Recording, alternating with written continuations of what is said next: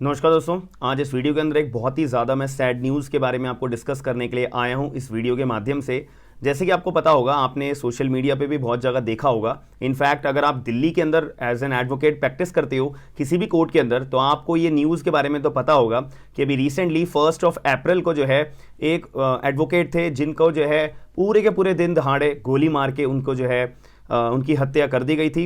अब इस केस के अंदर यहाँ पे आपको उन वकील साहब का नाम भी पता होगा, एडवोकेट वीरेंद्र नरवाल उन एडवोकेट का नाम था। यहाँ पे मैं आपको एक वीडियो भी उनकी शो कर दूंगा कि ऑन द स्पॉट जो उनकी डेथ हो जाती है और बाइक पे लोग आते हैं और उनको गोली मारकर चले जाते हैं। अब इस केस के अंदर बहुत बड़ा यहाँ पे आपको एज एन एडवोकेट अपनी प्रैक्टिस करते हुए थोड़ी इनसिक्योरिटी मन में आती होगी, और वकालत के एक प्रोफेशन के अंदर भी आपको एक इनसिक्योरिटी मन में आती होगी कि ये जो मेरा प्रोफेशन है क्रिमिनल लॉ के अंदर या सिविल लॉ के अंदर, क्या ये मेरे लिए प्रोफेशन बिल्कुल सिक्योर है या नहीं है। इस केस के अंदर मैं आपको क्लियर तौर पे बताना चाहूँगा कि यहाँ पे रिपोर्ट्स के मुताबिक और पुलिस की अपनी इन्वेस्टिगेशन जो भी प्रिलिमिनरी इन्वेस्टिगेशन करी गई है, और इनफैक्ट अगर फुल फ्लैश इन्वेस्टिगेशन अभी ऑनगोइंग है, जितनी भी उन्होंने अभी अपने पुख्ता सबूत इकट्ठे करे हैं, उनका क्लियर तौर पर यह कहना है कि ये जो वकील साहब थे जिनका यहाँ पे इनको गोली मारी गई है, ये इनका जो है पर्सनल पर्सनल लड़ाई की वजह से इनके ऊपर जो है गोली चली है, और एक पर्सनल इनकी कोई दुश्मनी हो सकती है किसी अन्य व्यक्ति के साथ में। इस वजह से वो दुश्मनी का बदला निकालने की वजह से यहाँ पे जो है इन वकील साहब को जो है गोली मारी गई है। और यहाँ पे ये भी बताया गया है कि जो ये हमारे डिसीज्ड जो हमारे एडवोकेट साहब थे, इनका जिनका मैं बात कर रहा हूँ नरवाल जी, इनको जो है अपनी एक पर्सनल सिक्योरिटी भी मिली गई थी 2017 के अंदर।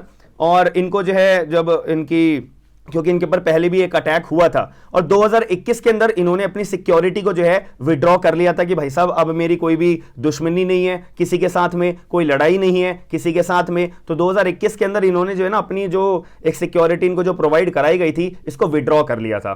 अब विड्रॉ करने की वजह से शायद हो सकता है कि जो पुरानी इनकी दुश्मनी हो सकती है, जो 2017 के ऊपर भी इनके ऊपर अटैक हुआ था, बट ये बच गए थे।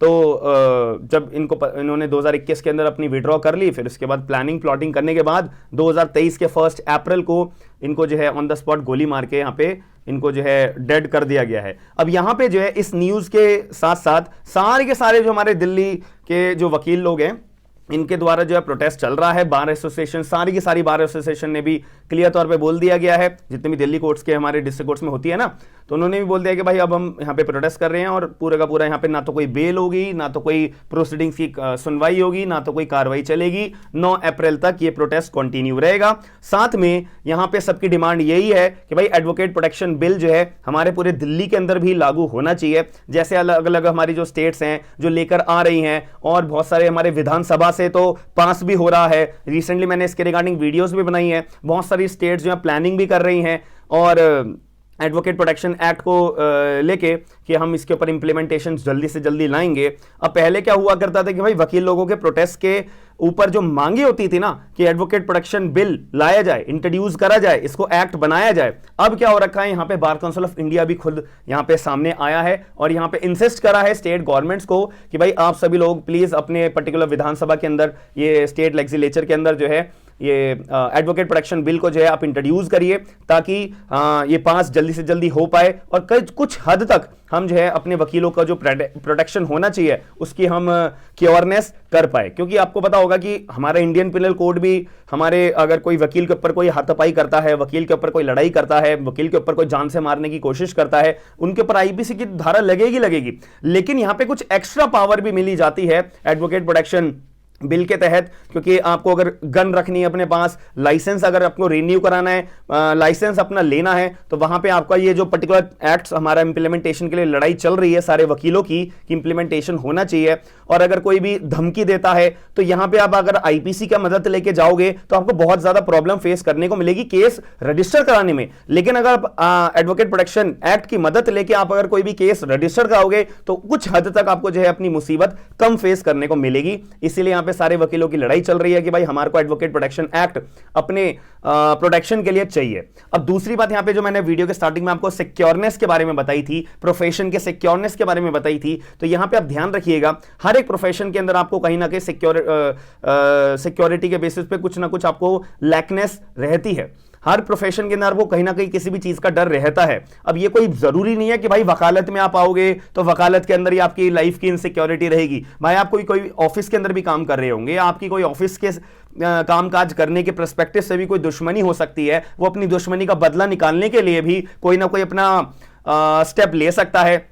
या फिर अगर आप कोई भी बिजनेस कर रहे होंगे, बिजनेस के साथ में आपके कस्टमर के साथ में या अपने कोई पार्टनर के साथ में कोई लड़ाई झगड़ा हो सकता है, तो वहां पे भी तो आपकी जो है इनसिक्योरिटी अपनी लाइफ को लेके बढ़ सकती है या कम हो सकती है। तो यहां पे आप ये मत एक टैग लगाइए या मन में सोचिए कि अगर कोई वकालत का प्रोफेशन में आ रहा है तो भैया उसकी तो जान का बहुत खतरा है। भाई कोई खतरा नहीं होता। यहां पे क्लियर तौर पे बोला हुआ है कि कोई पर्सनल दुश्मनी थी इन वकील साहब की जो जिनको गोली मारी गई है, advocate Virendra Narwal, as per the police investigation. मैं आपको यहां पे कटिंग भी दिखा दूंगा। तो इन्होंने क्लियर तौर पे स्पेसिफाई करा था कि narwhal shot dead on April 1 in Dwarka and the police suspect, police ने एक अपना अनुमान लगाया कि ये जो केस है ना भाई ये पर्सनल दुश्मनी का था। तो यहां पे कोई प्रोफेशन से मतलब नहीं है भाई। पर्सनल दुश्मनी में तो आप देखते होंगे अपने न्यूज चैनल्स में भी, न्यूज़पेपर्स में भी, सोशल मीडिया के ऊपर भी कि छोटी छोटी कोई लड़ाई झगड़े में कोई बहसबाजी होती है तो सामने वाला व्यक्ति गोली मार के चला जाता है। तो यहां पे कोई प्रोफेशन का बात नहीं है भाई। दुश्मनी किसी की हो सकती है किसी के साथ भी और नहीं भी हो सकती है किसी के साथ भी। तो यहां पे कोई ऐसा प्रोफेशन की बात करी जाए तो कोई भी यहां पे डरने वाली बात नहीं होती है। एक वकालत जो है प्रोफेशन बहुत ज्यादा नोबल प्रोफेशन है। तो इस केस के अंदर आपको ये इनसिक्योरिटी मन में लाने की जरूरत नहीं है कि भाई अगर आप वकालत ज्वाइन कर रहे हो तो आपको यहां पे डर का माहौल रहेगा। बिल्कुल डर का माहौल नहीं रहता, बल्कि यहां पे आपको एक अलग सोसाइटी के अंदर एक स्टेटस मिलता है कि आपने वकालत करी हुई है तो ये इंसान मेरे को जो है एक बिल्कुल सिक्योर और एक करेक्ट नॉलेज देगा। आप भी अगर एक नए नए एडवोकेट जब बनोगे या फिर आप एक लॉ स्टूडेंट होते हो, आप सोसाइटी में किसी को बताते हो तो सबके लोगों के ना आप लोगों से मन में एक एक्सपेक्टेशन बढ़ जाती है कि यार मेरा एक डिस्प्यूट है या मेरे को एक कंफ्यूजन है कानून को लेके, तो आप क्या मेरे को इस कानून के अंदर मदद करोगे। और अगर आपको कानून अच्छा आता होगा तो आप अंदर से खुद कॉन्फिडेंट भी फील करोगे कि अभी तो मैंने अपनी लॉ की पढ़ाई पूरी करी भी नहीं है, तब भी लोग मेरे से जो है गाइडेंस एक फेथ के बिहाफ पे मांगने आ रहे हैं। तो इसी को कहते हैं कि हमारा जो एडवोकेसी का प्रोफेशन होता है या लॉ का प्रोफेशन होता है बहुत नॉलेजेबल होता है और एक अच्छी दृष्टि से लोगों को देखा जाता है जो लोग अपनी लॉ की पढ़ाई करके आते हैं। जब भी आप लोग देखते होंगे कि सबसे ज्यादा हमारे टॉप क्लास प्रोफेशन के अंदर एक एडवोकेट का यानी कि लॉयर्स का, इंजीनियर का, डॉक्टर का माना जाता है, क्योंकि यहां पे पढ़ाई बहुत ज्यादा होती है और यहां पे पब्लिक का फेथ बहुत ज्यादा जुड़ा होता है। तो याद रखिएगा कि आपके मन में अगर कोई इनसिक्योरिटी आ रही है तो कोई टेंशन वाली बात नहीं होती है। यहां पे एक आपकी पर्सनल दुश्मनी आ सकती है कहीं भी अपनी डेली लाइफ के अंदर। तो आप अगर इसको एडवोकेट के साथ में या प्रोफेशन के साथ में लिंक करके बात करोगे तो सॉरी, यहां पे आप अपने पॉइंट ऑफ व्यू से गलत होंगे। और आपका क्या पॉइंट ऑफ व्यू होगा, मैंने जो एक्सप्लेनेशन दी है कमेंट बॉक्स के अंदर इस पॉइंट ऑफ व्यू को जरूर बताइएगा।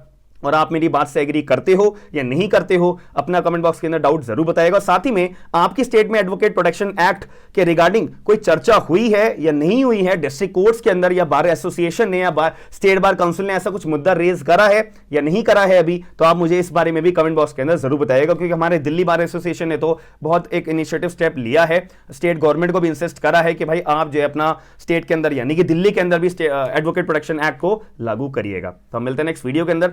जो बातें मैंने आपसे पूछी है तो प्लीज अपना कमेंट बॉक्स के अंदर जरूर बताइएगा। हम मिलते हैं नेक्स्ट वीडियो के अंदर। थैंक यू, धन्यवाद।